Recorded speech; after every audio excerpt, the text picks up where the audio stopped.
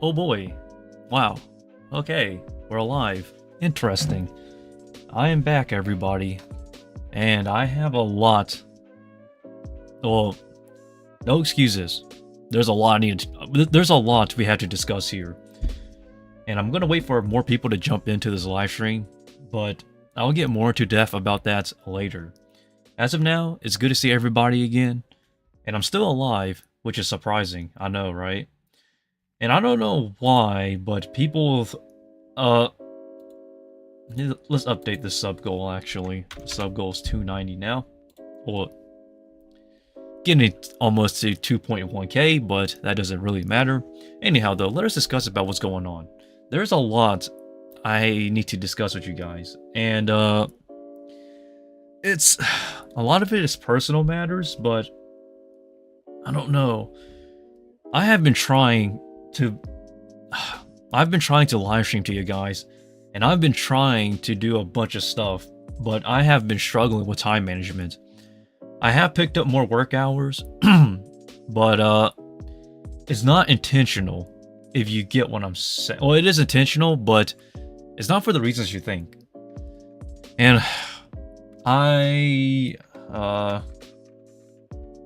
don't know how to explain. I don't know where to start. That's the thing. I really don't know where to start, everybody.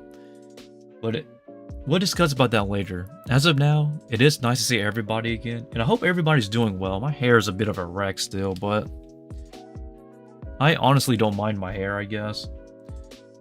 And yeah, any open topics, by all means, feel free to do so. But once it comes time to me to talk about some personal stuff, once everybody drops in, I'll get into depth about it. And there is a lot that I really want to talk about because it's... I've been putting it on hold for a year now. I'm not even kidding when I say a year. It's going to be a year once it hits February, that is. And you may be wondering why it is, and you're gonna understand why, because I don't want to lie, but I don't want to make excuses either. So I want people to understand that coming into this live stream. So I will be transparent. And yeah, but let us talk about some things though. When it comes to anime, I will have to recap this because I know some of you are gonna come in late, but in general though, anime. I have not yet watched anything that has aired this current season for winter 2024. So this winter 2024 anime season, I have not yet watched anything. And I just don't have time. I am trying to though, but I work. I'll work tomorrow as well. And today's my only day off, and I have to use that day editing videos. So essentially, I wouldn't even consider today a day off, like literally, because I upload every single day. Like every single day. It's pretty obvious if you watch this channel. So I don't have any time off, man. It is crazy to say that. Not to mention I had to do everything else as well. It's surprising how people think that I get like time off. I rarely do. If I'm lucky, I get 2 hours a day off, and that's it. 2 hours, period. And that's usually before I go to bed. So, like, 2 hours before I go to bed, Pokemon, playing games, watch anime, and I go to bed. Every other hour I have is either spent on working, YouTube, or trying to pursue my other dreams and careers. It is surprising how little time I have. You think 2 hours is a lot, but in reality it's not. And honestly, man, it is so hard. I had to watch anime raw and not wait for it to be subbed because it's going to take forever if I wait for it to be subbed on Crunchyroll. No offense, Crunchyroll, but Crunchyroll does get it subbed on time. It's just that I'd rather just watch it ASAP just so I don't have to waste time, if you get what I'm saying. But yeah, though, I am live streaming a bit earlier, actually 1 hour earlier than I normally would as scheduled, but it's really just because I really got to get out there to you guys. So, yeah, God dang, I don't know where to start. This is kind of rough to talk about, but I am transparent. I don't want to lie to you guys. I could, but I can't. I'm at this place right now where I'm struggling.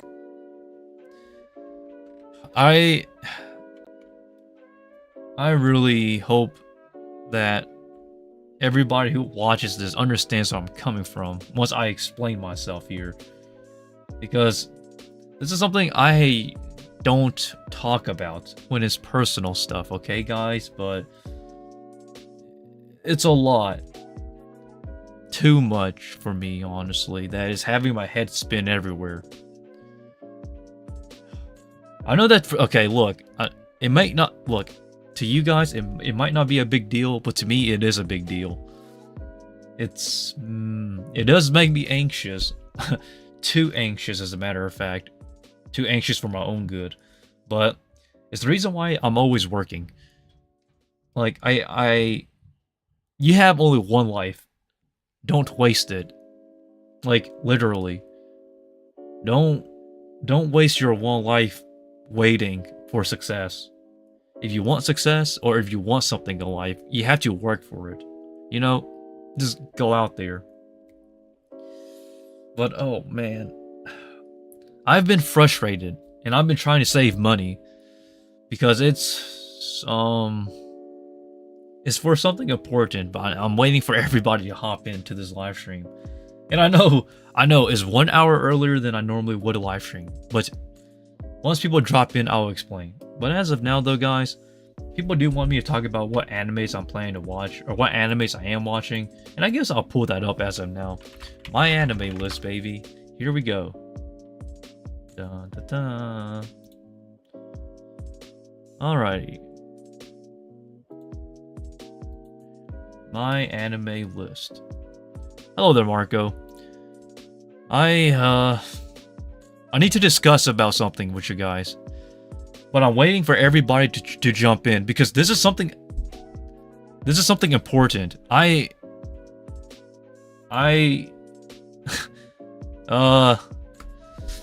waiting. I will not bullshit you guys, because there's a reason why I can't live stream as often, why I'm busy as hell, and why my life is all over the place. But I do not make excuses. I don't make bullshit stuff. I tell things how it is. So I'm waiting for everybody to hop in so I can explain a bit more. Because there's a lot I really got to discuss here, personal-wise. I don't normally discuss personal matters, but this is something that I need to talk about. But you find a job? I already have a job, but that's not it. It's personal matters. It's not. It is a bit of a financial issue here, but it's something a bit more. So, yeah.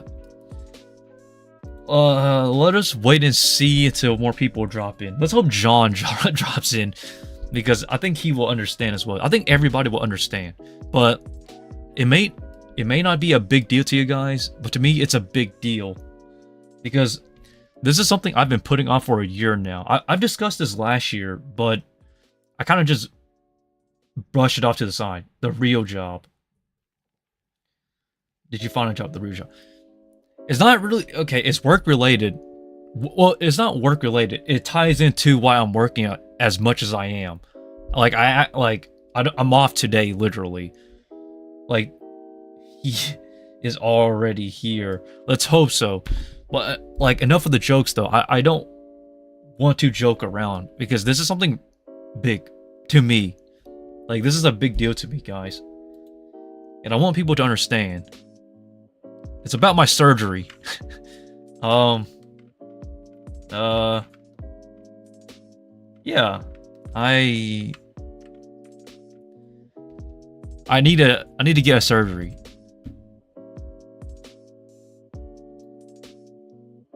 I want people to understand where I'm coming from. So, 1 year ago, look, our health insurance in the United States is trash. Yeah, it's pretty bad. So, a year ago, last year, I tried to get a surgery for this birthmark here on my face. Yeah, that's the worst place to have a birthmark. For those who don't know what it is, it was diagnosed as possible melanoma, skin cancer. So, A year ago, I tried to get a surgery, but the healthcare system screwed me over. The reason why they didn't go through with the surgery to remove it was because it was too much money, and the fact that there was a possibility of it getting affected. So I've been trying to save money for some stuff, but I had to pay the money. I had to pay the surgery out of pocket, essentially. So I've been working as much as I can to save up money for the surgery. I'll be fine, I think. But yeah, it's I don't know exactly how it's going to go. So the reason why healthcare denied it was because there was a possibility that even after getting the surgery, there's a chance that it might become affected if I get a surgery. But I can't just leave it on either. So like I got stuck somewhere in the middle. Like, what do I do then? There's a chance. There's a chance. It's not a guarantee you'll get affected if I get the surgery. The problem is that it's on my face. It's on my face. Not a good place to have one, if you ask me. So I'm paying out of pocket. Yeah, it's. Thank you, healthcare system. Look, the United States has terrible healthcare system. Our healthcare in the United States is terrible. There is no doubt without question. Am I worried? No, not really. Because, like, I think I'll be fine.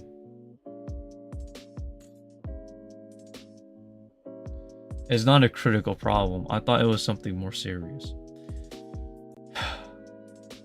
It's... to me, it's serious, but I'm just trying to make light. Just trying to make it not so serious. But I have to pay out of pocket, guys. I don't know exactly how this is going to go.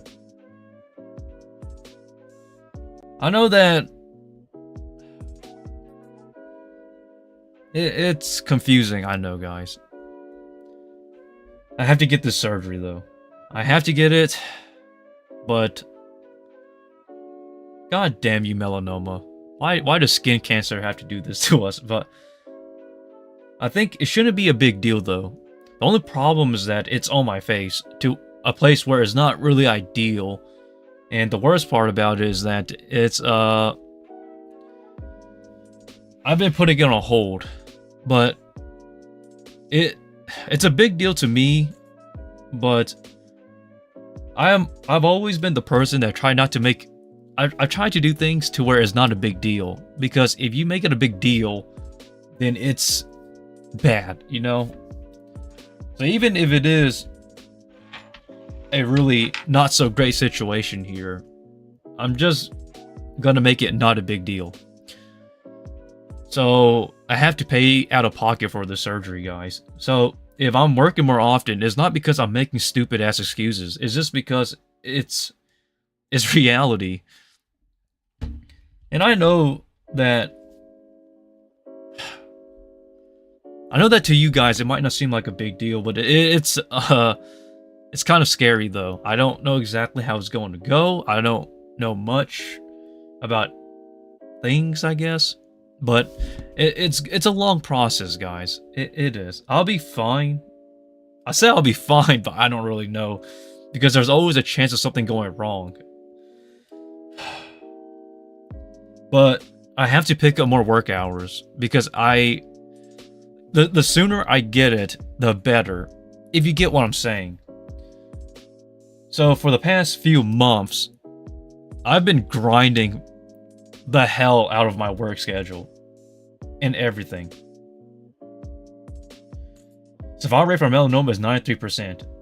Yes, it is. Only if it's done early.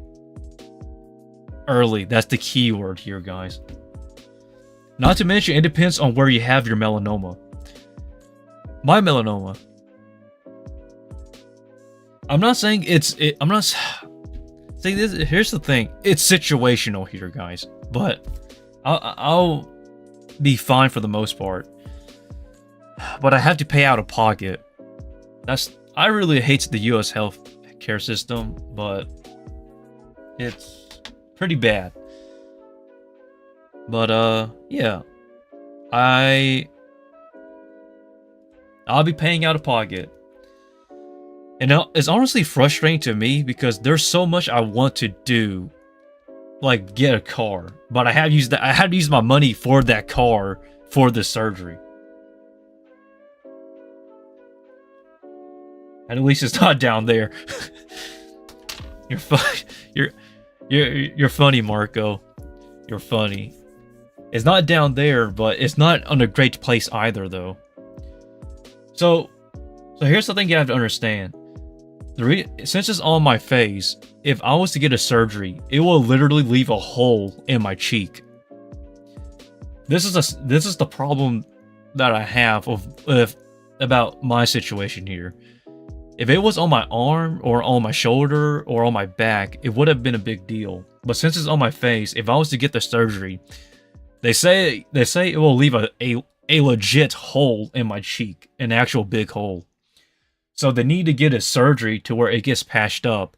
But if I do that, because of how deep the cut is, because of how deep the cut needs to be to get a surgery, it will pretty much give it a chance. There's a possibility it could get infected really badly. And if that happens, I will have to get more surgeries. Because you have to understand, it's literally on my cheek, and the cheek is like this thick. So essentially, if they do get a surgery, they got to cut a hole inside of my cheek. But if I get it stitched, I can't just get stitches. You have to understand, because it's a full-on cut. Like they cut exactly through my flesh. And I think that's where a lot of people need to understand where I'm coming from here, guys. Is that it's not a big deal, but it's a much bigger deal since it's on my face.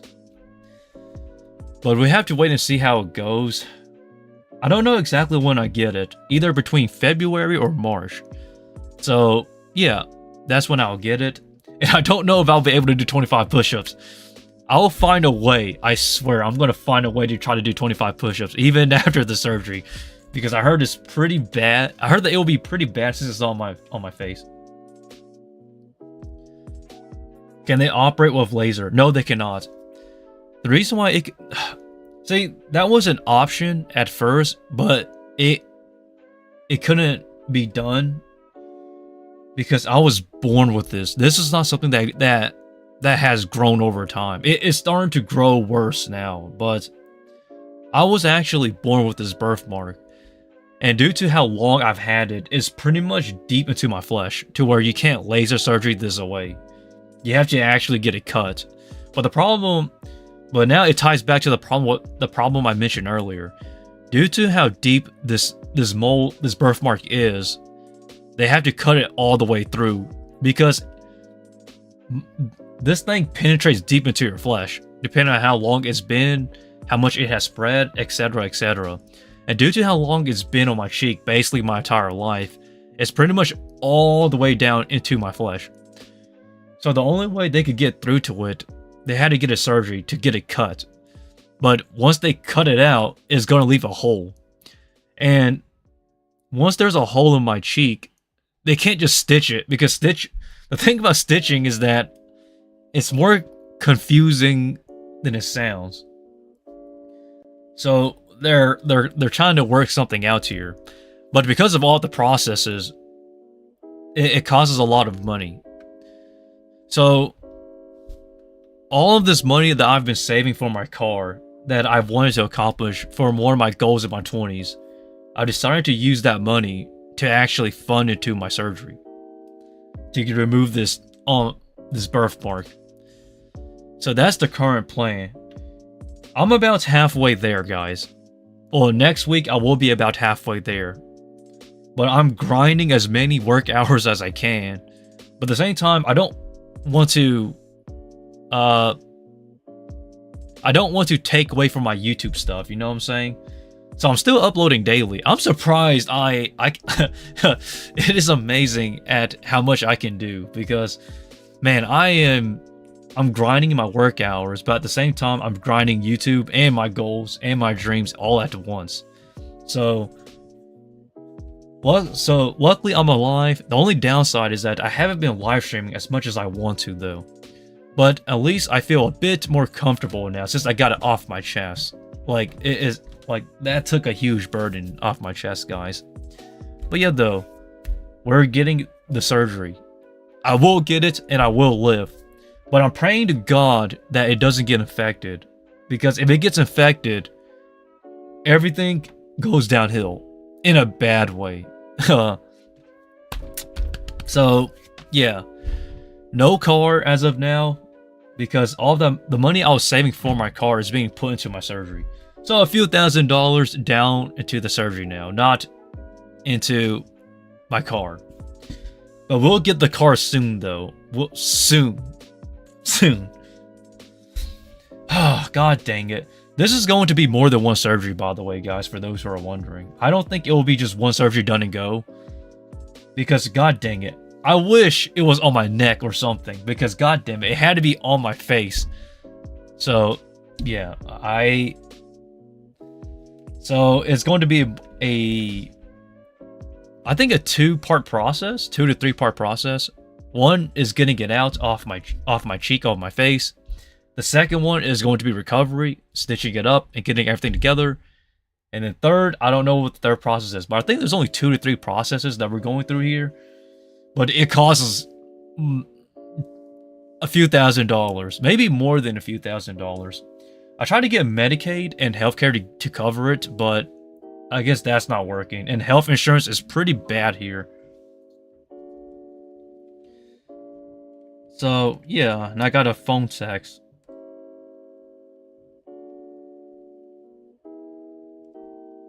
Hold up, guys, I got a text here. But that's essentially the plans, though, guys. I got a text from a sibling of mine, but don't mind that. But yeah, I'll live, and let's all pray.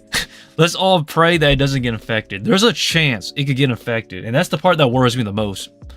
Because you have to understand, though, if it gets infected, it becomes something worse. So, yeah. Now, what they told me is that if I do get the surgery, my face is going to swell up like a goddamn balloon. So, I'm going to have a very disgusting looking... it's going to look, it's going to look like a swollen beehive. You know when bees sting you and it gets really plump up and swollen? That's what it's going to look like after my surgery for a little bit, from what I was told if I get it. But... yeah, I'm grinding my work hours, and I should be fine, I think. How is work going? I am actually... okay, we gotta talk about work. This is interesting. So, I am not a lazy person. That is pure facts. For those people who think I'm lazy, you do not know me. Even my family knows me as hardworking. I cannot stand lazy people, period. I believe that everything in life revolves around you. Like, you are the main character to your story. It is up to you to work as hard as you can to try to get somewhere in life. So, believe it or not, within my first few months of working, I already got a raise. I don't... like, that's crazy to say. I already got my raise already, guys. Because I work hard. I'm not lazy. So this is a funny story. So believe it or not, it was like about 4 to 5 months into my new workplace, and it was like the manager told me, "Hey, I like you. You work hard. You work better than most other people here at this workplace. We're giving you a raise." I was like, "Yahoo, baby!" So now I get paid more than some people who's been there for years. So yeah, though, guys, I already got my raise, so I am getting paid more now already.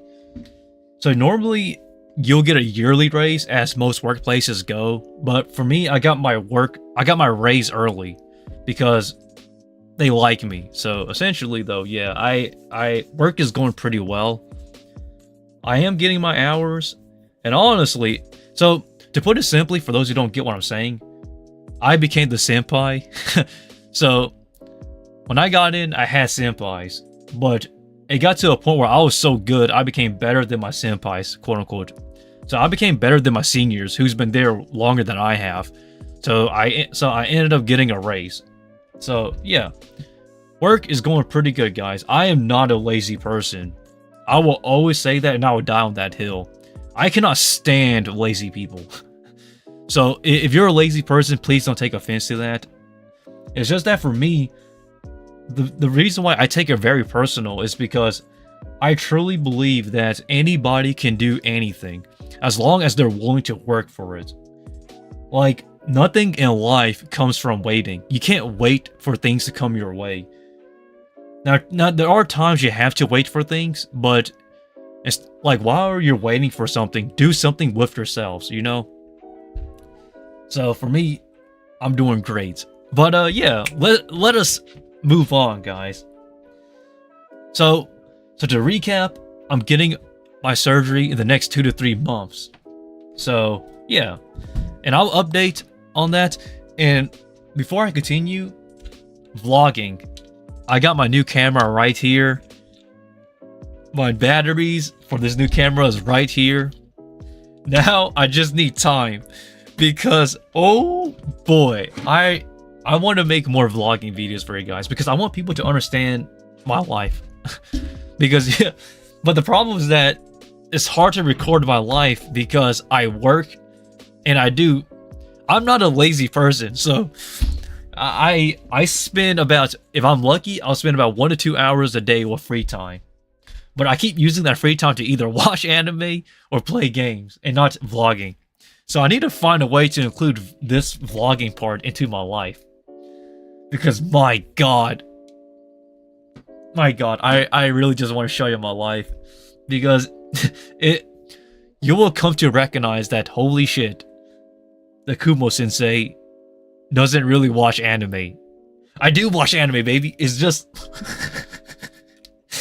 I do watch anime, guys. It's just that I don't have the free time or leisure as I used to, because I'm chasing after my dreams. Dreams don't die here, baby. Everybody, go for your dreams. You will only live once. I don't take anybody for granted. With your one life, do amazing things. Don't wait for me.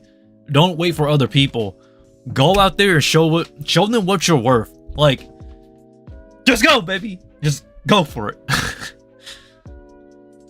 Like, I have dreams. You have dreams.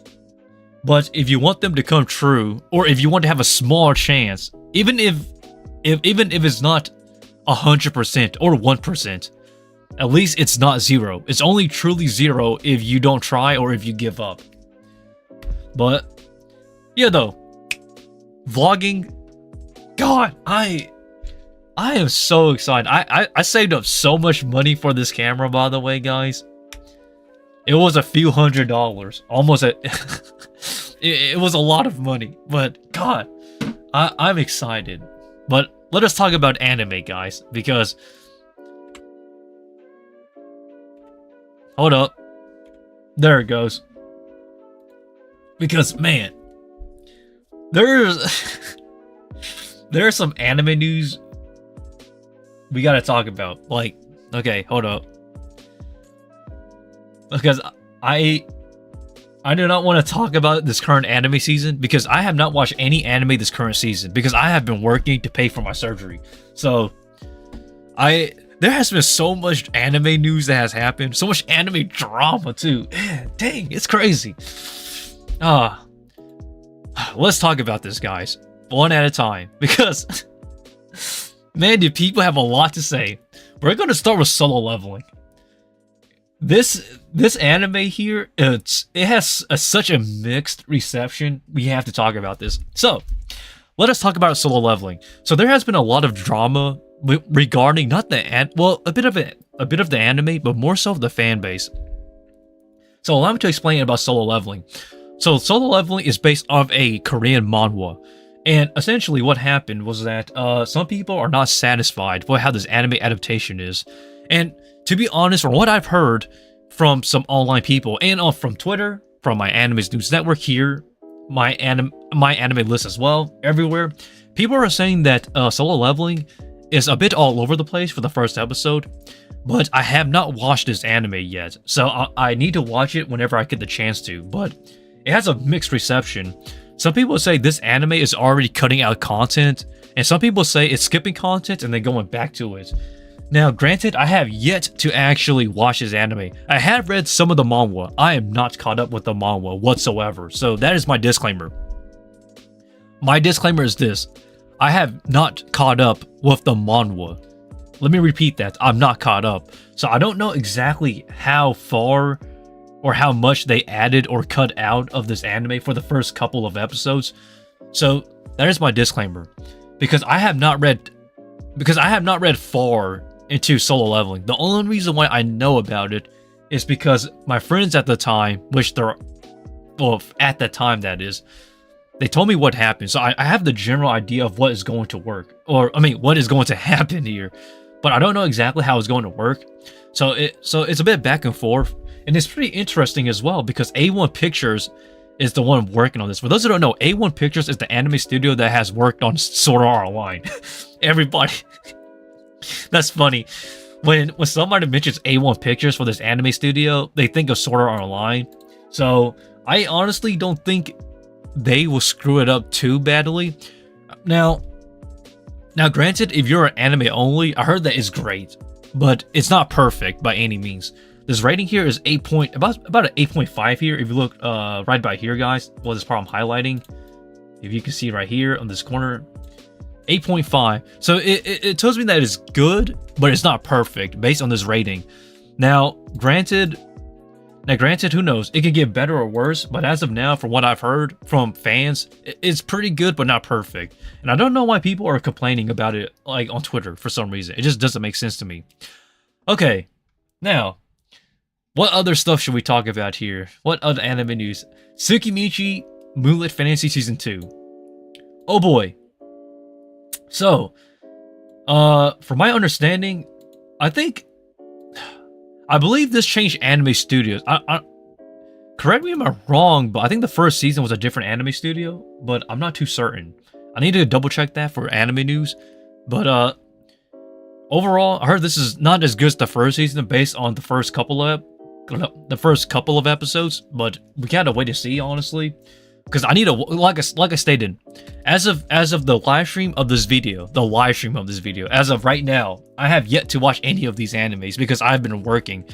Like, I am working essentially 5 to 7 days a week. So, yeah. But the anime I really want to watch is this one here, Delicious in Dungeon. So, allow me to explain why this anime here, Delicious in Dungeon, is the anime I really need to watch. So, here's the funny story. This is actually by Studio Trigger. For those who don't know, Studio Trigger is an anime studio that has worked on amazing animes such as Gurren Lagann. Everybody knows that. Darling in the Franxx. Well, Darling in the Franxx was actually a collaboration between A1 Pictures and Studio Trigger, so that's another story in itself. And they're also known for Kill la Kill. Another anime they're known for Studio Trigger is Kiss Naiver. And essentially, they've actually... So this anime studio pretty much... I don't want to say they took a hiatus from making anime, but it's been a while since their name... It's actually been a while since Studio Trigger's name has been on an anime project, and they decided to make Delicious in Dungeon like for their next anime, which is out this current anime season.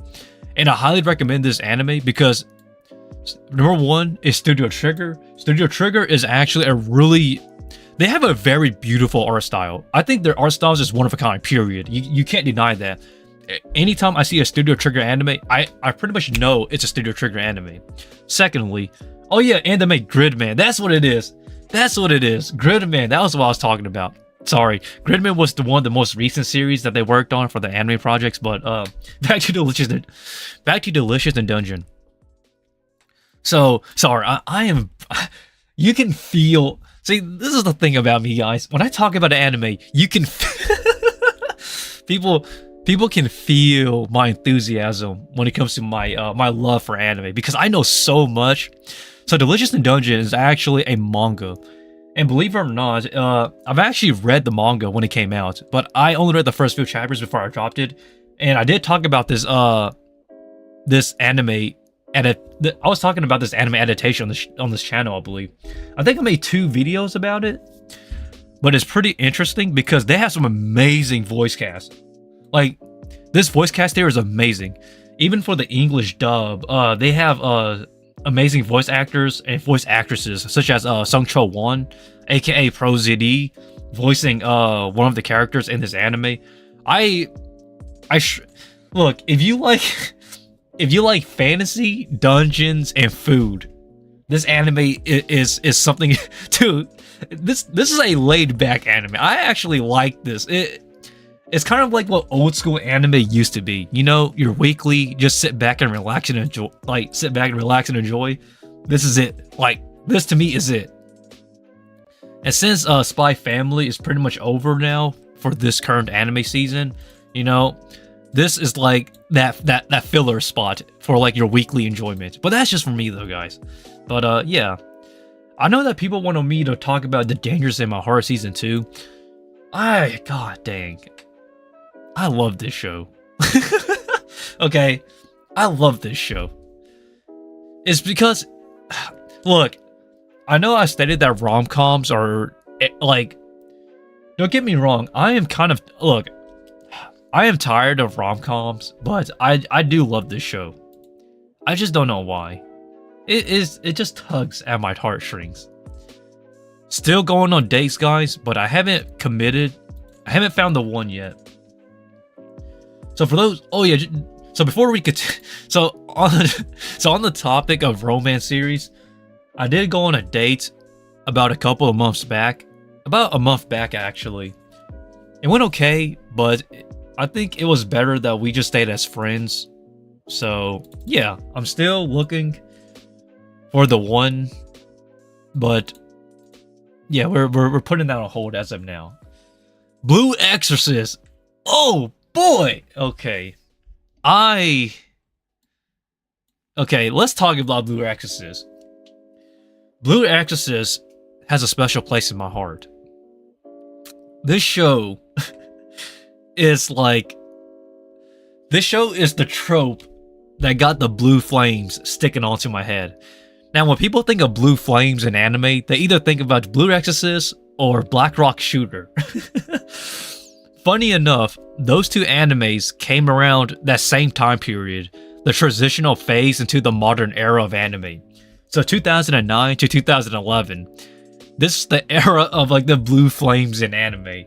And oh boy, I love Blue Exorcist. So for those who don't know, Blue Exorcist was actually written by a woman.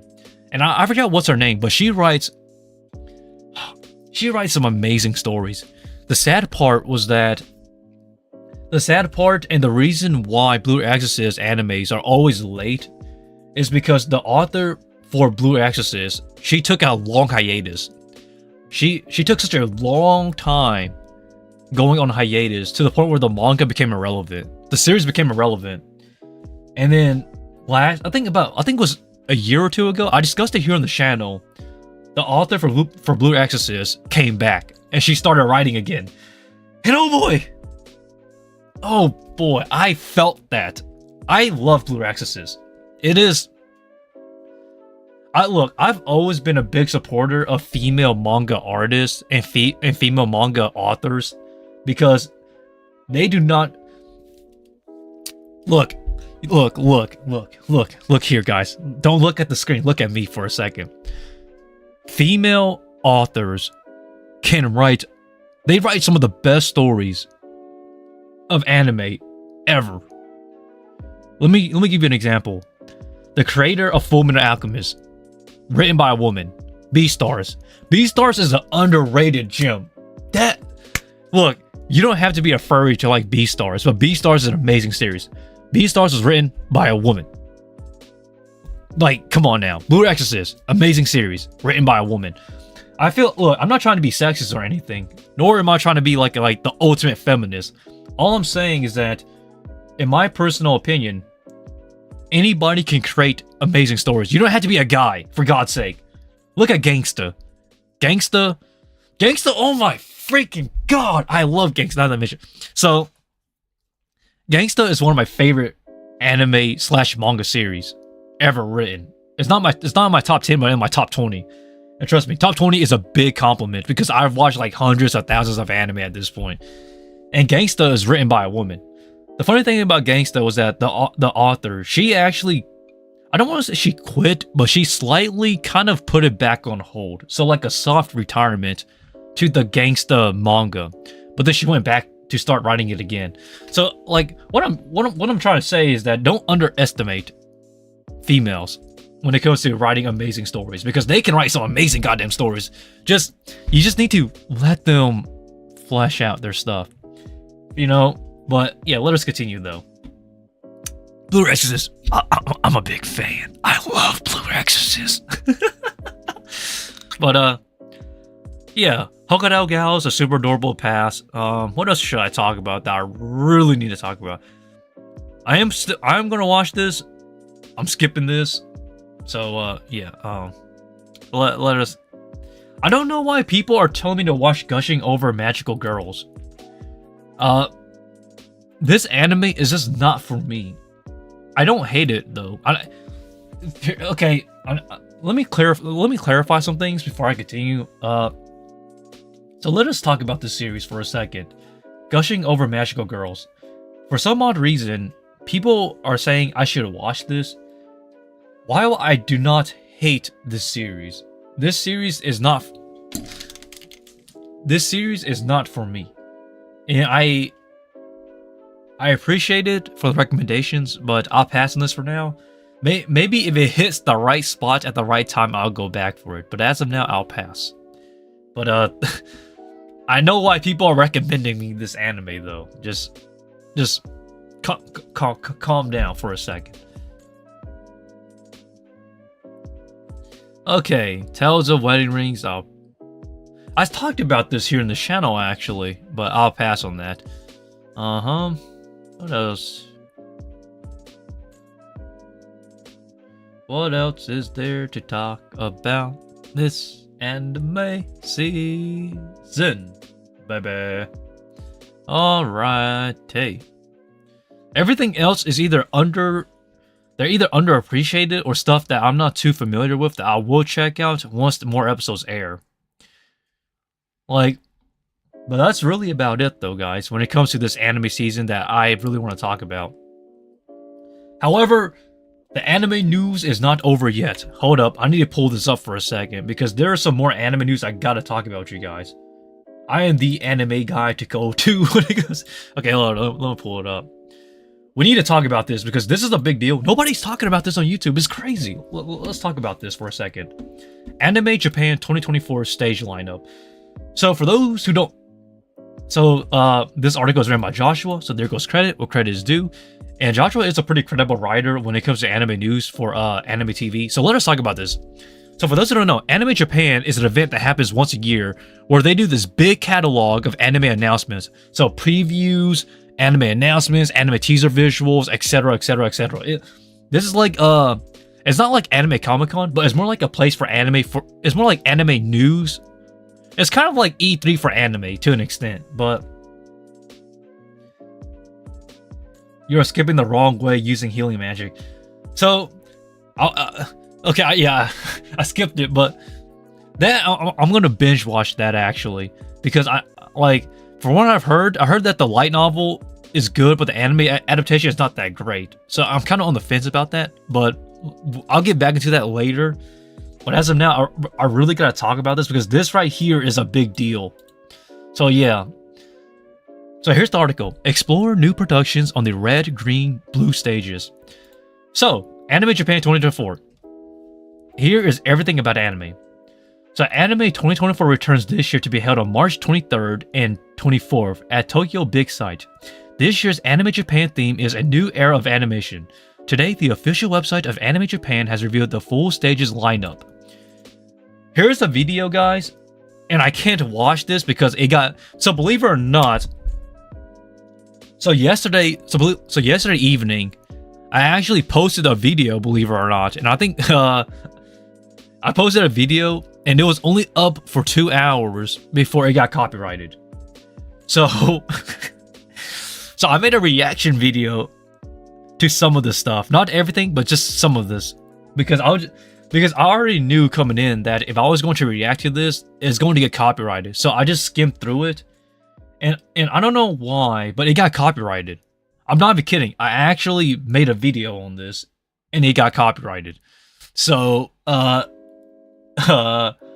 just search it up on YouTube and watch it yourself to get a brief idea of what there is. But essentially, though, everything you're seeing here is on their roster, and there is a lot. But the biggest one, you know, without a doubt, to me, is Re:Zero Season 3. There is going to be some Re:Zero Season 3 news, baby. Enough said. Let's talk. So, man, okay, man. Oh. I'm about to blow up. Okay, if you're here watching this live stream, or if you're here, oh god, you're missing out. There's a lot going on here, a lot of anime news going on here. You have news on, like, oh god, My Hero Academia, you know, Blue Lock, you know, Kaiju number 8, Re:Zero. You have like all these amazing stuff there announced, and I think Oshinoko is also on this list as well. Yeah, Oshinoko is right here, guys. Oh my god, there's a for those people who have never heard of Anime Japan, I feel bad. You're not a true anime fan. Get out of here, because there's a lot we have to discuss here. There's a lot of stuff, man. So when I said there's a lot, there's going to be a lot of stuff coming out from this. And I know that people don't really keep up with anime news, but I do. So I got to tell you guys. So here's the red stage. So it's pretty much split into phases. For those who don't know, there's different stages for different anime productions and anime announcements. Basically, and you understand. Well, let's break this down, because you'll understand as I read this. So let's just scroll down here for a little bit. So here's the red stage. Essentially day 1, March 23rd. The Suicide Squad Isekai, Mushoku Tensei Season 2, Iris the Movie Full Energy, The Apothecary Diaries, Demon Slayer Kimetsu no Yaiba, Magical Doremi 25th Anniversary Years Challenging, Oblivion Battery, Blue Box, Sound Euphonium Season 3. March 24th, Oshinoko, Re:Zero Starting Life in Another World Season 3, Kaiju number 8, Black Butler Public School Arc, The Irregular Magic High School, Fate's Grand Order, and My Hero Academia Season 7. Oh boy, you want more anime news? Here we go. Green Stage, March 23rd, An Archdemon's Dilemma, How to Love Your Elf Bride, Delico's Nursery, The 7 Deadly Sins, 4 Nights of the Apocalypse, The Prince of Tennis 2, Love Life, Nijigasaki High School Idol Club, Natsume's Book of Friends, Laid Back Camp Season 3, Mission, Yozakura Family. March 24th, Blue Lock the Movie, Episode Nagi, Undead Unluck, Free Run Beyond Journey's End, Konosuba, God's Blessing on This Wonderful World 3, Alia sometimes hides her feelings in Russian, Monogatari Series Off, and Monster Season Stage. The Blue Stage. Alright, we're still going. March 23rd, Spice and Wolf, Merchant Meets the Wise Wolf. Netflix Special Stage. New movie, Fureru. Ride Commons, Pokemon, Vampire Dormitory, announcement event for the ATX new service. March 24th, The Dangers in My Heart, 2.5 Dimensional Seduction. Jellyfish Can't Swim in the Night, Blue Exorcist, Shimane Illuminati Saga. Go Go Loser Ranger, Tying the Knot with an Amagami Sister. And oh boy, That is a lot of anime news. Like, like, just look at this. Tell me that, like, this is not hype. You literally have Mushoku Sensei Season 2 discussion here, the Suicide Squad 8 Sky discussion, the Apothecary Diaries, Demon Slayer, Blue Box, Usagi Photo Season 3, Oshinoko, ReZero, Kaiju number 8, Black Butler, Regular Magic High School, My Hero Academia Season 7. Like, all this anime news coming in for Anime Japan 2024. If you don't know what this is, Anime Japan is held every year and is usually early on in the year. So this is like anime E3 news essentially. And I know that you have a bunch of anime events that happens over time, you know, such as like the Crunchyroll Expos and whatnot, yada yada yada. But this to me is like the go-to place for like upcoming anime stuff. Now sometimes you just get a brief like trailer, sometimes they go into depth behind the scenes, sometimes they just give you a sneak peek, sometimes it's just a visual. But regardless, the fact that all of these animes are on the list, it tells me that this year is going to be hype. It's crazy because I think last year the only one of the biggest hypes we had for last year was Jujutsu Kaisen for last year, I believe. So I don't remember much about last year, but this year has a lot of stuff I'm familiar with. It's just crazy, man. I really want to see what they do with Demon Slayer, Kimetsu no Yaiba, and the Apothecary Diaries. That has my interest a lot. Mushoku Tensei, they already announced that, so I'm not like too into that already. Oshinoko, obviously I'm into that. Monogatari series off. So Monogatari actually announced an anime, believe it or not. Let me pull that up actually. It was on Twitter. I need to show you guys because they did announce it on Twitter. So a lot of people didn't get the news, but Monogatari did get an anime announcement, believe it or not. Let me see. I retweeted it too, right here. Okay. Hold up, guys. Let me pull it up.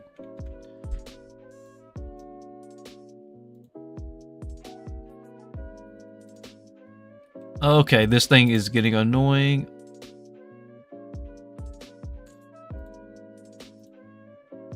Okay, hold up. Here we go, baby. This is it. Hold up. Don't leave just yet. Don't leave just yet. I gotta pull it up. Here we go. Monogatari off-season and monster season announced. So this is the latest Monogatari series that's been announced.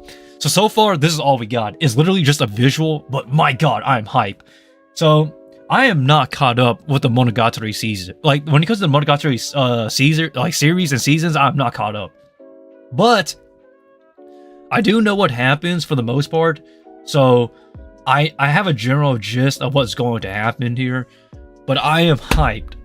Monogatari, man, it is crazy. You know how long it's been since like the last actual Monogatari announcement of anything? Because like a lot of people stopped at Kizu Monogatari because essentially Kizu Monogatari is basically the conclusion of like the actual. It's basically the conclusion of the tie-in for the Monogatari series. And everything else from Monogatari is pretty much like what goes essentially. But it is crazy though. Like, I actually retweeted this on my Twitter. Follow me on Twitter, guys. The link's down below because sometimes I do retweet anime news. So it is coming this year. It's official. It's been announced for coming this year. But so far, this is all we get.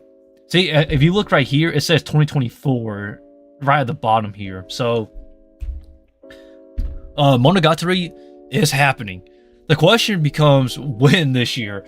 If I'm a speculating man, and based on the Anime Japan 2024 news, since that's coming around March, so that's about the spring-ish anime, I'm gonna guess that this is either coming out either summer of this year or fall of this year. That's my speculation. Let's all make a bet.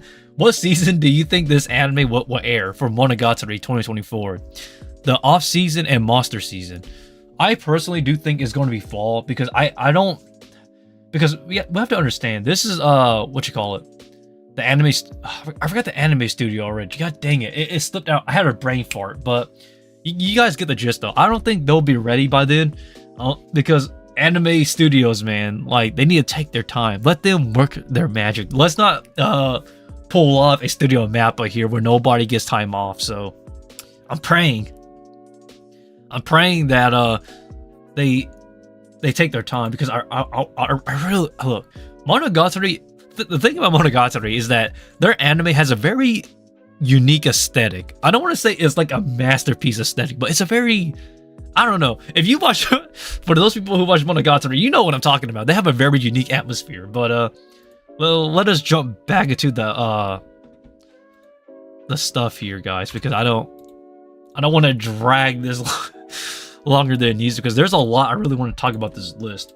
So let us continue on and let us talk about some of this list. I've already mentioned this in the past about the 7 deadly sins, the 4 nights of the apocalypse. So I'm not going to mention this again. So this is, I find this kind of interesting though. An Archdemon's Dilemma: How to Love Your Elf Bride. So I don't know if this is under Kadokawa or not, so allow me to explain about this series real quick. So, great anime. Yeah, it is a great series, but we need to talk about this list because a lot of you are not familiar with these animes. So this is actually an adaptation based off a light novel. I don't know how it got on here because I don't think it had enough attraction. I don't think it had enough traction to pick up steam, but it seems that people are interested because if it got a spot on Anime Japan, it's saying it has potential.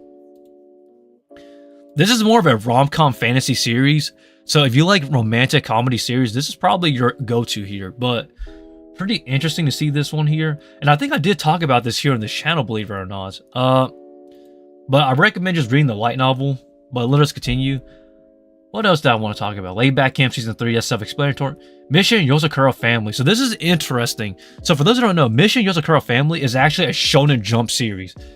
It's kind of funny because nobody cares about Shonen Jump anymore. That's crazy. Does anybody still read Shonen Jump weekly? Because it seems like nobody talks about them anymore. Because I remember back, not even long ago, 5 to 6 years ago, people talk about Naruto Shippuden, One Piece, Bleach, Jujutsu Kaisen, My Hero Academia, but now it seems like nobody talks about Shonen Jump anymore. Mission Yozakura Family is part of the Shonen Jump roster, so it is interesting to see them on this list. Now, granted, what was I going to say? This series here, to me, I have not read it, but it doesn't seem that popular. But if it's getting an anime and it's on Anime Japan, that is very, very interesting. Because here's the thing you need to understand. Shonen Jump sales have not been great. That is self-explanatory. Whoa, okay, some of you may be surprised, I bet. You may be asking yourself, Kumo Sensei, what are you talking about? Shonen Jump is known for Bleach, Naruto, One Piece, all these amazing series, Dr. Stone, Spy Family, etc., etc. Well, here's the thing. Shonen Jump has been in a really rough spot these past almost a few years now, because they have not found their new big series. So here's the thing.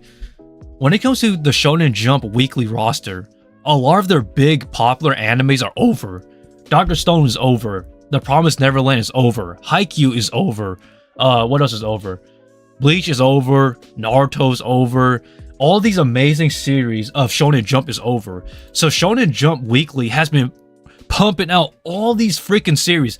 As a matter of fact, there was that one meme where one chapter of Shonen Jump, this is new manga series that was announced as Shonen Jump, and after one chapter, they already announced an anime adaptation. After one chapter, it's I forgot what's it called, but let me pull it up. But look, what I'm saying is that Shonen Jump is at a very desperate place right now. They're trying to find the next big anime series because My Hero Academia is coming to an end as well. So all these great anime series from Shonen Jump is coming to a close. So they're dying essentially. They're losing money. They're spending so much money to try and find the next series. Hold up. Shonen Jump anime after one chapter. I forgot what it's called. Let's see if I can find it. Kagurabachi, that's what it is. Okay, hold up. I'm gonna pull it up for you guys. Stay around. Don't leave. Don't leave because this, like, this right here. This right here is what I'm talking about. Kagurabachi. This anime. Oh, God dang it. Hold up. Open this image in a new tab. Hold up. God dang it. Give me a second. Give me a second. I gotta pull this up because this is.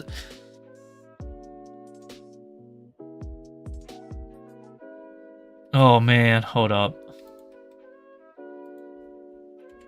I really gotta pull this. I really gotta talk about this because.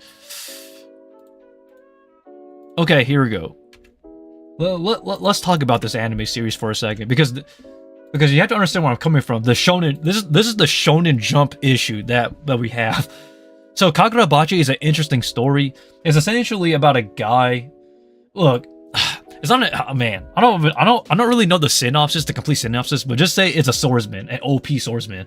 And after one chapter, I'm not even kidding. Shonen Jump said, you know what, screw it, we're making an anime. And lo and behold, there was so many memes, jokes, discussions, and debates on this series.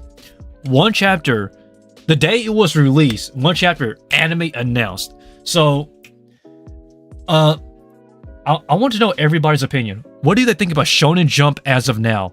What is some popular Shonen Jump series that you know of as of now that is still ongoing, that is not over yet? And we're talking exclusively manga here because we're not talking about anime adaptations. We're talking about manga only. What manga series is popular that is still ongoing? Because there's not very many. Because other than Jujutsu Kaisen, My Hero Academia, and Chainsaw Man, nobody like come on, man. We're Shonen Jump. What happened? Like seriously, what happened here? This is such a sad situation. But yeah, though. Let us continue though. Oshinoko. I believe Oshinoko is also Shonen Jump as well. I could be wrong about that, but I think they're also Shonen Jump. So excuse myself, but it's just so crazy to see this though, because like Cypher Academy is not doing good as of now. What else did we talk about? Fabricant 100 isn't doing too good. So, and if you don't know, if you have no idea what I'm talking about the most recent the most recent manga series that was posted on Shonen Jump's website. So for those who don't know, Shonen Jump has a publisher, Viz Media. So if you want to read the latest Shonen Jump issues officially, please support by visiting Viz Media. Kimi no Todake got... I want to talk about Kumo no Todake as well, but hear me out. Before I continue though, all these animes here, I am super hype for. Like, literally hype. It is surprising to see all these animes for this year. Mark it down on your calendars, guys. March 23rd. Anime news is going to be eating good. Hello there, John Knight. We are talking about anime news, John. Like John, we're talking about anime news. You missed out because we went into a deep discussions about what was happening. But man, it's just crazy though. But let me talk about Kimi no Todake for a second. Kimi no Todake, to me, I felt like it doesn't need another season or a spin-off. So I don't like. I don't really get it, but hey, I guess but it is pretty interesting. So allow me to explain about Kimi no Todake season 3 for a second. So for those who don't know, Kimi no Todake is basically a romance series that was adapted from a manga, and the anime adaptation came out in 2011, I believe. And what happened was that after season 2, it didn't necessarily get canceled, but it just kind of got put in this place to where like nothing happened to it. And the reason why Kimi no Todake Volume 3, aka Season 3 is happening is because it got picked up by Netflix. So Netflix actually picked up Kimi no Todoke. So Kimi no Todoke, like Kimi no Todoke. I keep pronouncing it like it's a T, but it's a D. But essentially, though, since it got picked up by Netflix, Netflix for some reason was like, hey, you know what? It's finally it's time. Season 3, let's go. And now we have season 3. So some people were not pleased to see Kimi no Todoke going to Netflix, but at the same time, though, you can't really argue because Kimi no Todoke was put in. It got put in this upholding spot essentially, and it's funny because I believe was it A1 Pictures that made Kimi no Todoke? I could be wrong. Let me Google that for a second. I usually know my anime stuff, but I forgot what anime studio made it. What anime studio made it? Hold up. What anime studio? Production IG. Oh, that's why. God dang. Okay, Production IG is not my favorite studio. They're not bad. They're not bad, but I wouldn't consider them to be a romance anime studio. They just kind of pick up animes here and there. But essentially, though, guys, Netflix saved it. So it's a double-edged sword. I know Netflix is... Everybody hates Netflix when they do some stuff and they ruin anime series, such as like Cowboy Bebop live action, for example. But there are times where Netflix actually saves a series. One Piece live action, they saved that. So I have look, what I'm getting at is that I'm super happy that Volume 3 is finally happening, but at the same time, though, is Netflix. I don't think they will screw it up, but at the same time, I don't think it's going to be perfect either. Because you have to remember, Netflix funds all their shows. They fund, they sponsor, and they advertise their shows. So depending on how popular it is going to be dependent on Netflix. Because Netflix, see, this is the part that kind of aggravates me. Netflix is really bad at advertising anime. Like when I say bad, they're not great. Because look at all their Baki. Baki is different though. You see, Baki was already popular before Netflix got the licensing to Baki. So you can't use that. That's like Baki and Kengan Ashura are two examples that you can't really use those examples because they were already popular before Netflix got a hold of them. Kimi no Todoke is different. Understand where I'm coming from. Kimi no Todoke doesn't have as much popularity as Kengan Ashura, Baki, or some of those big series before Netflix pick it up. So like if you look at Netflix's anime catalog, they either pick up like the majority of their animes were already popular or people already knew about. So Komi Can't Communicate, for example. The manga was already popular. As a matter of fact, the year before the anime came out for Komi Can't Communicate, there was an anime poll in Japan to where they wanted to see what anime they wanted fans to see get adapted, and Komi Can't Communicate was number 1. So because of that, when the anime was announced, basically Netflix took they actually licensed it because they already knew it was going to be a big hit.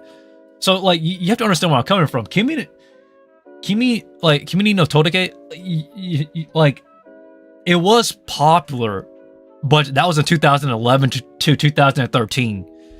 So it's been like a 10-year hiatus, like a 10-year gap. And think about it, all of these new anime fans are not familiar with Kimi no Todoke unless they somehow miraculously like watched it when it came out. But let's be honest, a lot of the modern anime fans are like ages 16 to 24. So the majority of them have not seen it. So like Marco, I understand where you're coming from, but I don't. Oh man, they're just so bad at advertising their series. Because prove me wrong because like I really want to have hope, but it's rough, man. It is rough because Here's how Netflix advertises their anime. Here's how I see it all the time. They release one trailer, they post it on YouTube, they have one small tweet on anime Netflix Twitter. And the thing is this: who is following anime Netflix Twitter? Not Netflix, but Netflix anime, because they have a separate page for a separate Twitter page for Netflix and Netflix anime. It is come on, like nobody follows Netflix anime. So what happens is that when they post these trailers and stuff, even if it does garner hype, it's not as much as like if it was announced on like a big anime announcement thing, like a big anime announcement slate, such as this, for example, like Anime Japan 2024. Like, look at this roster. Like even if Netflix gets the rights to these animes, Netflix is not going to advertise it. For example, let's say if Netflix gets the licensing rights to My Hero Academia, for example, they will not advertise this anime because they already know that the hype around this anime will advertise itself. So they will let like all the other anime TV outlets do the work for them. This is why I really want to walk up to Netflix and just punch them in the face, because Kimi no Todoke is an anime that is over a decade old. You have to remember, the manga came out in 2008 or 2009. That's how old the manga is. And I don't think Netflix will go out of their way to actually promote, like, yeah, this is an amazing romance series. Watch the first season, read the manga. They don't advertise like how Japanese people advertise. Like here, like in Japan, they will actually go out of the way to try to advertise everything. But Netflix only advertised with one anime trailer. Oh, man, this is why I hate Netflix for what they do. Like, come on. And I know people are going to pull up examples such as Baki and Kengan Ashura. But you have to understand, Kengan Ashura and Baki were already popular series already. And so like it's just frustrating. It hurts me because like I love Kimi no Todoke. I truly love that series. I think that series is amazing because it holds up even now. Even after 10 years later, the series holds up for a romance series. It's just I'm going on a rant, but sorry guys, I'm sorry. I'm so sorry. But if you agree with me, please feel free to like this live stream if you actually do agree with me to some extent. But yeah, though, can you believe My Hero Academia Season 7 is getting closer? Oh boy. Okay, let's talk about My Hero Academia Season 7. So My Hero Academia Season 7 has been announced, and it is part of the big anime announcements for the Anime Japan 2024. So here's what I think they're going to do. My Hero is not going to... They're not going to hold anything back. I believe they're going to announce... Because... Nearly 10 years ago. Yes, I remember. But here's the thing with My Hero Academia. Normally, when it comes to big anime announcements like this, they will announce a trailer, visuals, and character voice cast. So I do believe that... I don't know exactly what they're going to do, but I have high hopes. Because it... But I want to give you my personal thoughts on My Hero Academia as well. So I truly believe that My Hero Academia is going to go all out. And the reason why is because it has lost a lot of hype. You kind of have to agree with me on that. And it's not because I dislike My Hero Academia. It's just the fact that, see, anime fans take everything for granted nowadays. When one season is over, people just forget about what has aired and move on to the next anime season. And while there are true hardcore anime fans for My Hero Academia that's out there, I cannot deny that the hype has died down a lot. Season 6 was a bit of a letdown for some people. I thought Season 6 was fine, but hey, it's just what I personally think. But hey, if you read the manga, man, you're in for a treat.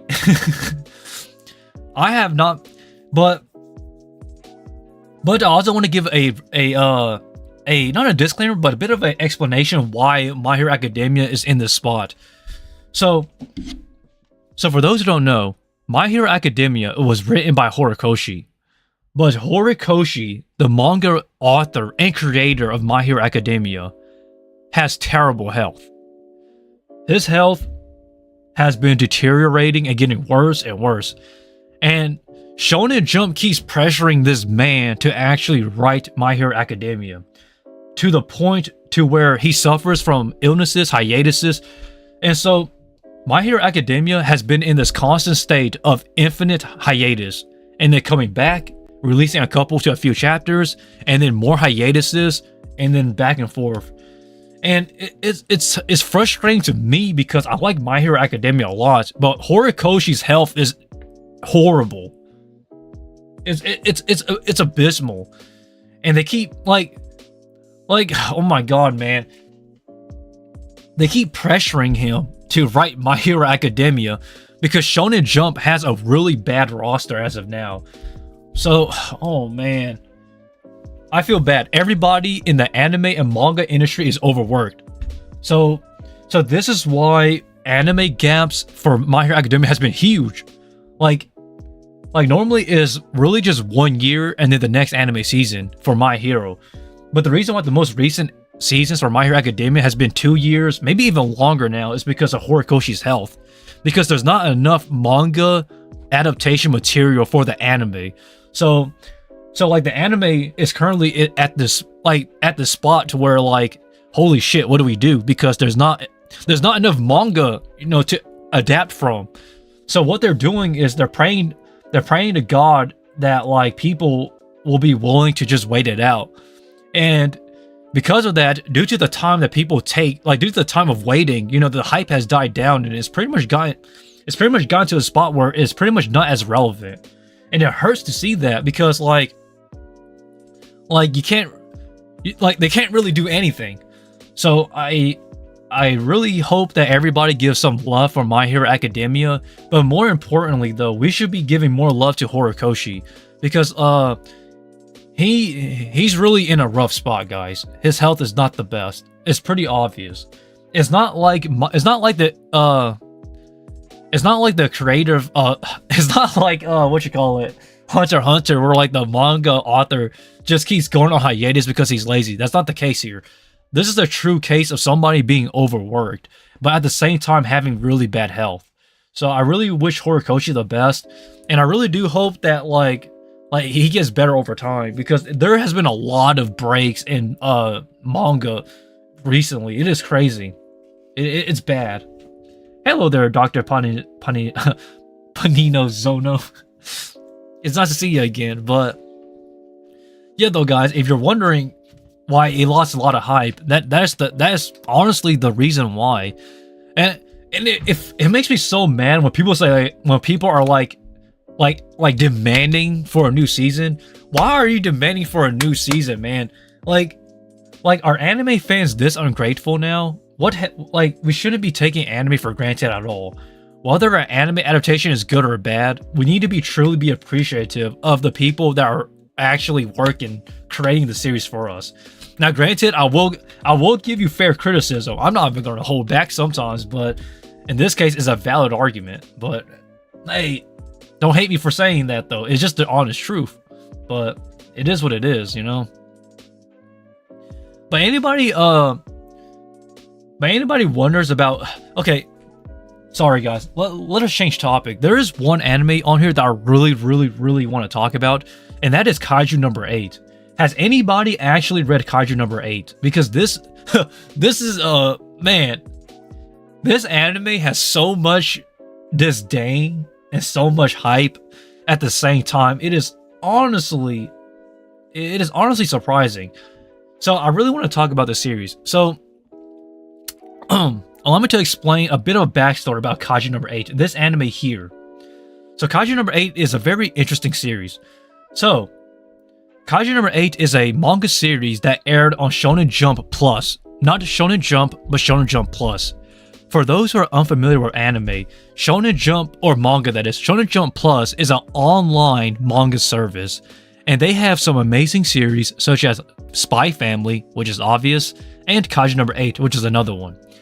When Kaiju number 8 was announced, they released visuals and some trailer, and one trailer that is, I think 2 trailers actually, and people were not very happy about it because the monster designs for Kaiju number 8 was not very pleasant. Because okay, here's the thing. Here's the thing about Kaiju number 8 that people need to understand. The manga has some freaking amazing... Oh, man. Let me pull up... Okay, hold up.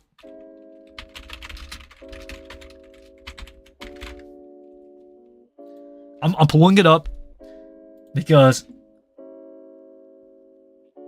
if I don't... Okay, where is it? Oh... Open image, new tab. God dang it. Hold up. Let me pull it up real quick. I need to show you how awesome some of the panels are for Kaiju number 8. Oh, I gotta save this image just to show you guys. God dang it, man. Kaiju number 8 has amazing, like, actual amazing art. Hold up. Hold up. So this is just like... So this is an example though. Like Kaiju number 8 has like this very unique art style. Like it's very sharp, but at the same time it's very detailed. Like look at the line art here. See the monster design here, for example, for Kaiju number 8 is not like crazy intricate, but at the same time, it has like these very unique niche details like the veins going here. And the monster scalings here, or the monster, like, palette here. So look at this, and then let me pull up the actual anime here. Hold up. Because it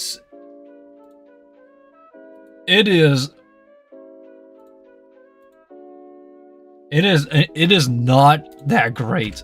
Okay, here. Okay, now let me pull this up for you guys, and you're gonna have to. And here's the here's the anime design. Yeah, you see where the controversy kicks in already, right, guys? If you compare the manga's illustrations compared to the anime adaptation's illustrations, it's not that great. So I feel bad. Because I think Kaiju number 8 has potential. I have not read it. Let me give you that as a disclaimer. I have not yet read Kaiju number 8, but its anime and manga counterparts kind of... you know what I'm saying? It's kind of on and off. And man, people were demanding a redesign. People are like this... This ain't it, Chief. This ain't it. But I would like to know what everybody thinks, because this to me, gosh, I'm on the fence. I know that you can't adapt everything 101 with the manga, but at the same time though, I don't know if they could have done better or not. But for everybody who's watching this, what do you guys think about stuff like that when it comes to anime versus manga in terms of like adaptation wise? Because it's very interesting, but at the same time, I don't really have the right to say. Oh, you got paid today? That's nice to hear, John. Hope you used that money pretty well. I don't get paid till next week, but all that payment is going to my surgery. Oh, I will discuss about that again. So about my surgery and why I'm working a lot, because I'm paying for a surgery, guys. So just to recap, sorry, a lot of you were not here earlier, but I am actually going to get a surgery in the next 2 to 3 months to remove this right here, this birthmark. It's possibly diagnosed as melanoma, aka skin cancer.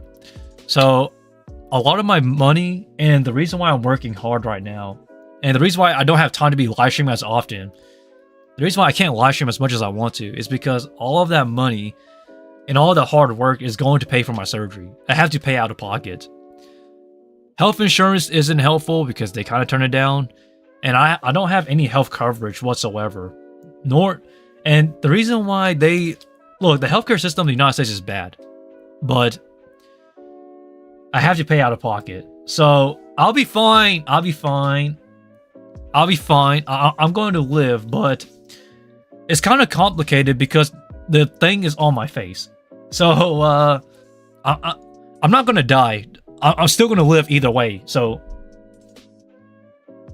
just to recap for you guys who are just now here to explain. So yeah, so I'll be fine, but it's complicated because it's on my face. If it was not on my face, this would have been a much more easy going surgery, but this one is going to be a bit complicated. But yeah, though, guys, we'll be fine. I will live, and we'll be fine. But just to recap, if it seems like I'm not uploading as much, or if I'm not as active as much, it's not because I'm lazy. I'm not a lazy person. It's just that I've been working more hours, so I can get paid more to pay for my surgery. So, yeah. But to recap, though, guys, back to the anime. So, don't worry. I'll live. You'll live. You will only live once, everybody. If you have dreams or desires, go for it. As long... I know that dreams and everything may not come true, to be honest, or to be fair. But as long as you don't give up, it's not zero. Even if it's 1%, it's better than zero. So, yeah. You only live once. Go for it. Don't waste your life.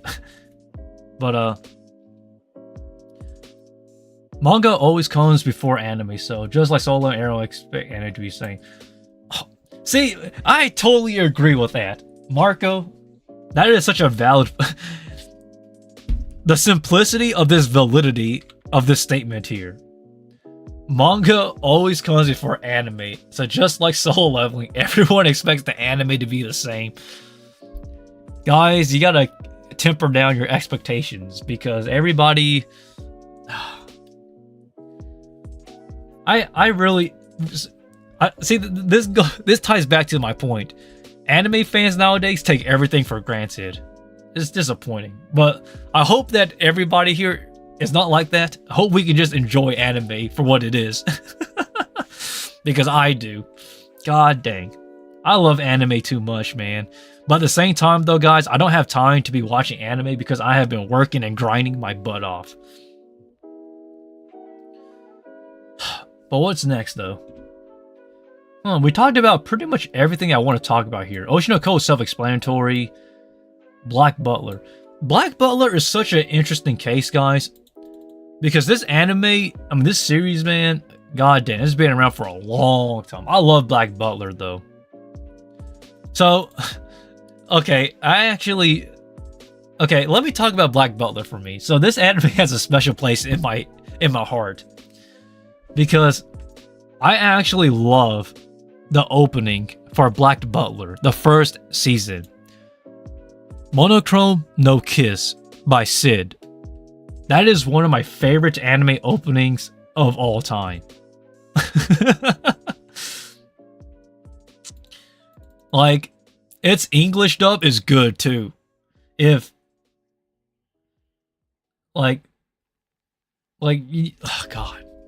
God, I love this anime. This anime, the anime opening is so good. Monochrome No Kiss by Sid. The same guy who sung Rain. The same, that's the opening for Fullmetal Alchemist, opening 5, I believe, for Brotherhood. This guy also, Sid also sung the song for Black Butler, Book of Circus as well. That anime opening as well. Enamel, I believe. But yeah, though, I love Black Butler. This anime is truly special to me. It is like childhood almost. Mako J. Tatum and Brina Palencia. Yes. J. Mako Tatum. So, Michael is actually he has an amazing voice, man. It's kind of funny because, like, he has, like, the perfect Sebastian English voice. I believe he voices Sebastian, I believe. Like, pretty certain. Yes, he does.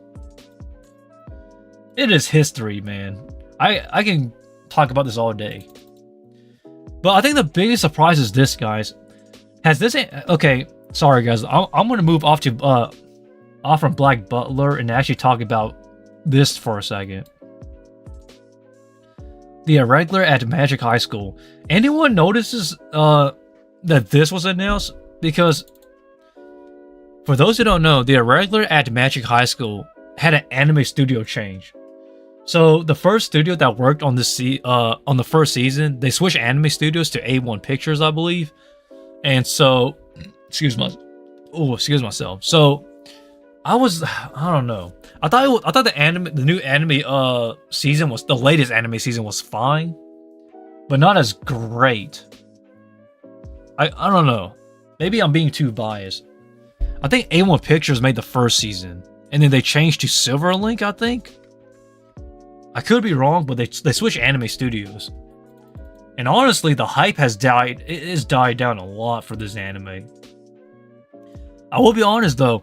I remember in 2014 when the first season was announced, everybody said that the main character, Tatsuya Shiba, was literally God. And he was the most OP character at the time. Without question. Like in 2014, if you ask me who was the most overpowered, broken anime character of all time, I would have said Tatsuya Shiba from this anime. For those who don't, if you don't know, the season 1 has an English dub on Hulu. Yeah, I know there's an English dub. I didn't know that Hulu acquired it though. That's interesting. That's an interesting thing now that I think about Hulu. Does Hulu even have... Hulu does not have much animes, to be honest. Because a lot of the good stuff gets taken by Disney Plus or Netflix. Which is honestly frustrating as heck, man, when you're watching animes nowadays for English dubs. But it's just crazy to think about that, though. But let us continue, though. Mission Yozakura Family, that's another Shonen Jump series. What else is there? Konosuba, baby, season 3. I don't need to... Okay, guys. Do I even need to explain Konosuba for you guys? Konosuba, man. Oh, God. It is such a hype series. I love this series a lot. Konosuba... Dang, it's been such a long time since the last season of Konosuba. And I know we had the spin-off with Megumin and whatnot, but it's finally comes time for season 3, and oh boy, I am hyped. I have a lot to say about Konosuba. So Konosuba's light novel is already officially over. So if you want to read the light novels, I highly recommend people to read the light novels. But I will say this though, the ending for the light novel, from what I was told, is not like a super conclusive ending. It's more like a happy go get 'em ending, from what I was told. So I really want to see how much they will adapt for season 3. Because, like I stated, Konosuba is a comedy series, so it's not meant to be taken seriously. So I don't know why people are trying to ship Kazuma, the main character, with one of his party members. Because that's not really how it's supposed to go. It's more so of like a fly-off-the-wall adventure comedy fantasy isekai series. But I really want to see what they do with Konosuba Season 3, though. Because, man, Studio Dean, yo, I feel bad. Because Studio Dean has been... not doing so great. For those who don't know Studio Dean is known for creating Konosuba, but they're also known for creating some of the worst animes of all time. Let me remind you guys, Escanor versus Meliodas, that fight and that whole anime season was made by Studio Dean. The same anime studio that made Konosuba. Yeah. That's... yeah. Studio Dean was also known for creating the Fate Stay Night anime. The 2005 one. So, yeah. Studio Dean is known for creating really bad animes when it comes to action series. So any animes that has fighting in it, Studio Dean is terrible at it. Like, they're terrible at animating fights.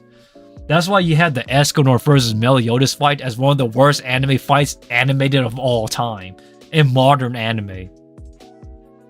But Studio Dean, their biggest great animes that they create are usually the comedy series, such as Konosuba. So like it's so interesting to see how like an anime studio can create some of the greatest, but also some of the worst animes of all time. It's like the best of both worlds. It's just an interesting topic that I really want to make you guys think about, you know. But let us continue. So Anime Japan 2024 has a lot of stuff, man, and I really want to react to this video here, but I cannot because I actually made an anime video and I posted it on this channel, but it was only up for 2 hours before it got copyrighted. So it was essentially me breaking down some stuff here, but I can't watch this because it got copyrighted, and then I gotta take it down. So sorry, guys. Just go check it out yourselves. It's Anime Japan 2024. I really want people to watch this and really support this because there's so much great anime news and so much amazing anime stuff that's going to come in March 23rd and March 24th. Mark that down in your calendars, guys. Mark it down because there's a lot of great stuff. I promise you, anime news is going to be eating good. We're going to be flooded with some of the greatest anime announcements of all time. And I am not sponsored by Anime 2024, but if I was, I would have told everybody to go check it out. It is amazing. This year marks the 5th anniversary of the Konosuba English dub. Yes, it does. The 5th anniversary of Konosuba English dub. And it's kind of funny because Konosuba, the English dub, it took a while to pick off because you got to remember, the reason why it took a while is because at the time, before Crunchyroll acquired the rights to Konosuba was actually under Funimation. Funimation actually had the licensing rights to Konosuba, and because of that, they didn't really do anything with the IP because they did sub it, but they couldn't dub it until about like I think 3 to 4 years later. It took that long because Funimation had animes under the catalog but didn't do crap with it, and this goes with a few of their series as well, you know. So it was kind of like it was kind of frustrating. So the anime, allow me to give you a history brief 101 when it comes to Konosuba's dub because it's pretty interesting. So Konosuba's anime came out in 2015, and what happened was that Crunchyroll actually, not Crunchyroll, but Funimation acquired the licensing rights to Konosuba. And you may be wondering, how did Funimation of all anime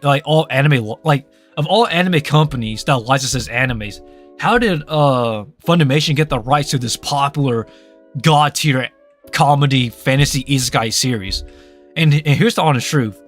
Nobody saw Konosuba as this big series because you gotta remember, the first season, this was the first season, and the animation looks a bit wonky compared to the light novel. And this series at the time was not that popular because this was before Konosuba took off. So what happened? Was it really 2016?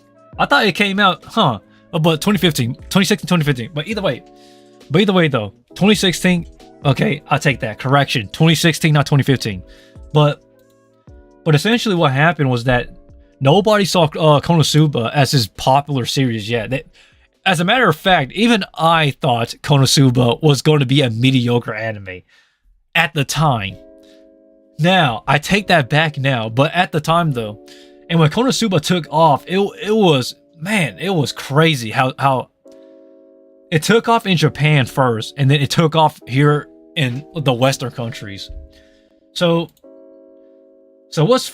what ended up happening was that they didn't do anything with it because for some reason, I guess they just couldn't find a cast. I was like, look, I was kind of annoyed because Crunchyroll was already dubbing stuff. So I don't know who voices. I'm trying to remember who voiced Kazuma, but I think his name was like Arnie or something. I don't remember. I'm gonna let me search it up real quick. I believe it was Arnie something. Arnie Pantoja. He voices. Yeah, okay, I was right. It's Arnie. So they had a really rough time because you have to remember dubbing anime was not as easy back then as it is now. Now everybody's a voice actor, me included. But back then, like getting good quality voice actors was kind of difficult because the variety and the people, you know, was very difficult. But man, I don't hate the English dub for Konosuba, but I really wish they could have. I wish Funimation could have gotten it done sooner because now they're basically combined with Crunchyroll. So yeah, that saved a lot of the trouble. But it's kind of frustrating. It's kind of frustrating because for those who don't know, when it comes to dubbing animes, Crunchyroll is not a big fan of unions. And for those who don't know what unions are basically groups to where voice actors, like voice acting union groups, basically is a group of voice actors and talent agencies. It's a group that's formed together by them to essentially ensure that voice actors and basically anybody in the anime sphere is paid equally, whether it's English dubs, etc., etc. Crunchyroll is not a big fan of unions when it comes to voice acting. So a lot of voice actors, I don't want to say they're underpaid, but sometimes they don't get treated as well or they don't get paid as well. For example, the English dub voice actor for Mob in Mob Psycho 100's anime, the English dub that is, he actually got decasted as Mob because he was basically in a union. So yeah, Crunchyroll, I don't want to say they're unfair or but they're not really the best. So hey, take it or leave it. The voice acting sphere is not very great on how it treats people. I truly wish that as somebody who's doing voice acting myself and trying to make it, I really wish that companies, big companies, can treat their voice actors better. But as of now, I don't see that happening anytime soon. But in the future, I think it will get better. Because look at the strikes. The Saga strikes, was it? I don't remember. I thought it was a great start, I guess, for writers. And I hope voice actors can do the same. Because I'm a voice actor, but I do not have it. I'm not under any agencies. I don't have an agent. I don't have any of that because I don't have the funds to do that, you know? So for me, I gotta go old school style to like just pray to God that somebody finds me and puts me out there. So that's why it's very difficult when it comes to voice acting. And let me clarify. Let me clarify, guys. Voice acting, when I mention that, I am not speaking exclusively on English or Spanish or any dubs. I'm talking about voice acting everywhere, Japan included. You have to understand how difficult and how, I don't want to say underpaid, but how not so great of a pay it is for voice actors and all actors. I'm an actor myself as well. Because, like, okay, let's put it into this perspective. Lesser than 1% of all actors, including voice actors, radio voice actors, anything acting, stage actors, etc. Lesser than 1% of all actors will make $40,000 a year. $40,000 US here is nothing. You can probably pay off a car or something, but you will not have enough to make a living. So my point is this. I truly wish that actors of the entire acting hemisphere, voice actors, stage actors, movie actors, television actors, they don't get paid anything good. Like don't get me wrong, you might get paid $10,000 for a role, for example. But that might be your only role for that entire year. So for that entire year, you made essentially 10,000, and that is nothing. Like you could probably pay for your meals, and that's it. And I want people to understand where I'm coming from, because I feel like people overestimate how much actors actually get paid. If you're a voice actor and you're making over $40,000 a year, you are essentially in the top 1% of all voice actors. I'm talking like freaking Troy Baker, like that sort of level of voice acting. But I don't think like 99% of people will ever make it.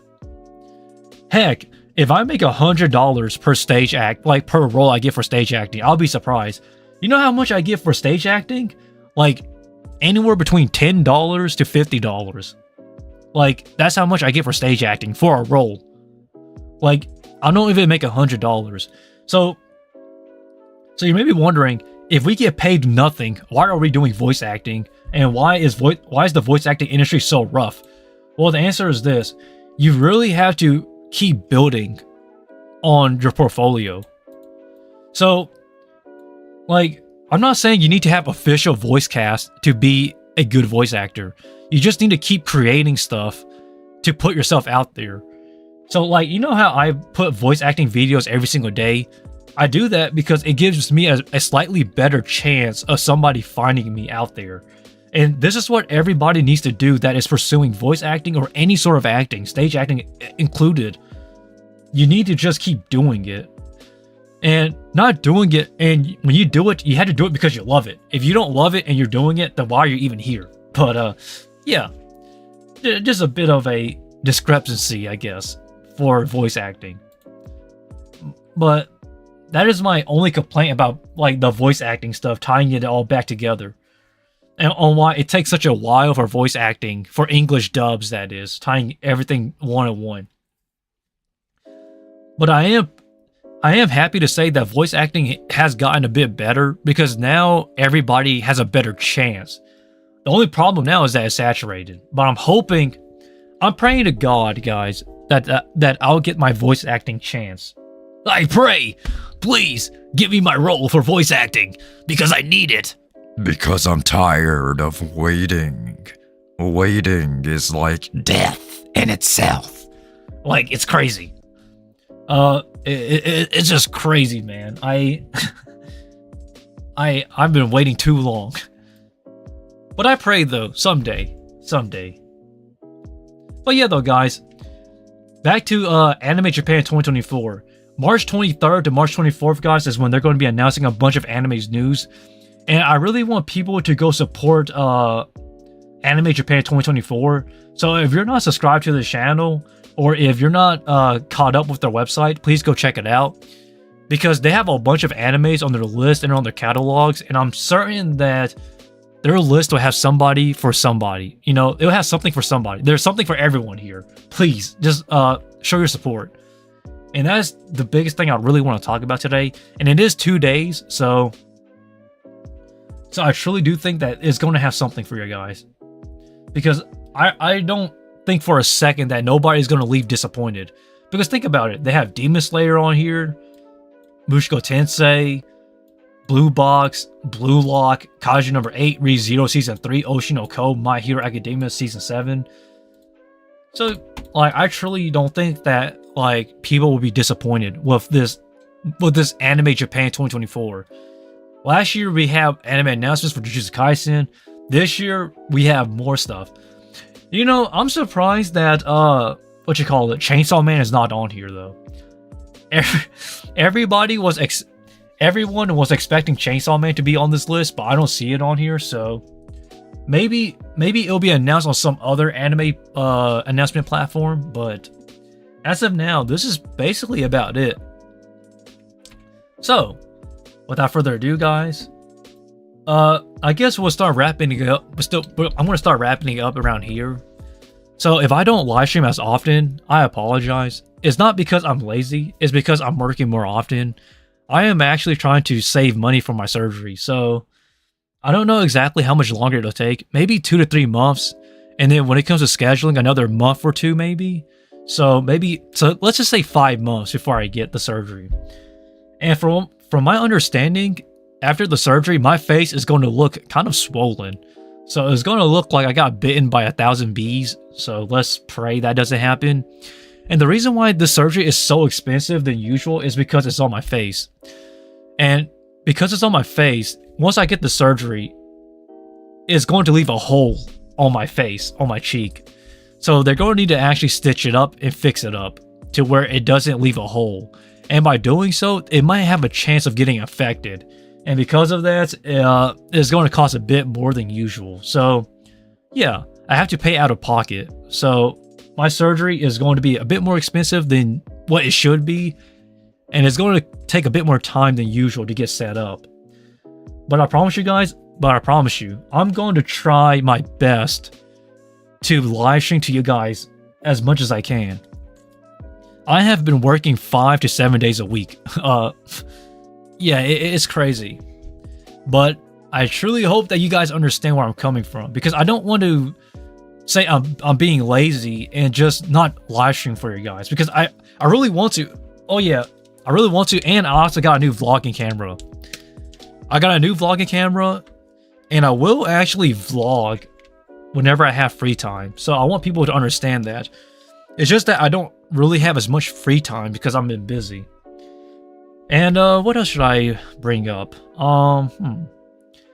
If you like what I do and you like this live stream, please feel free to like. I don't force you guys to like. If you like my stuff, just feel free to like. And I will catch you on the next one.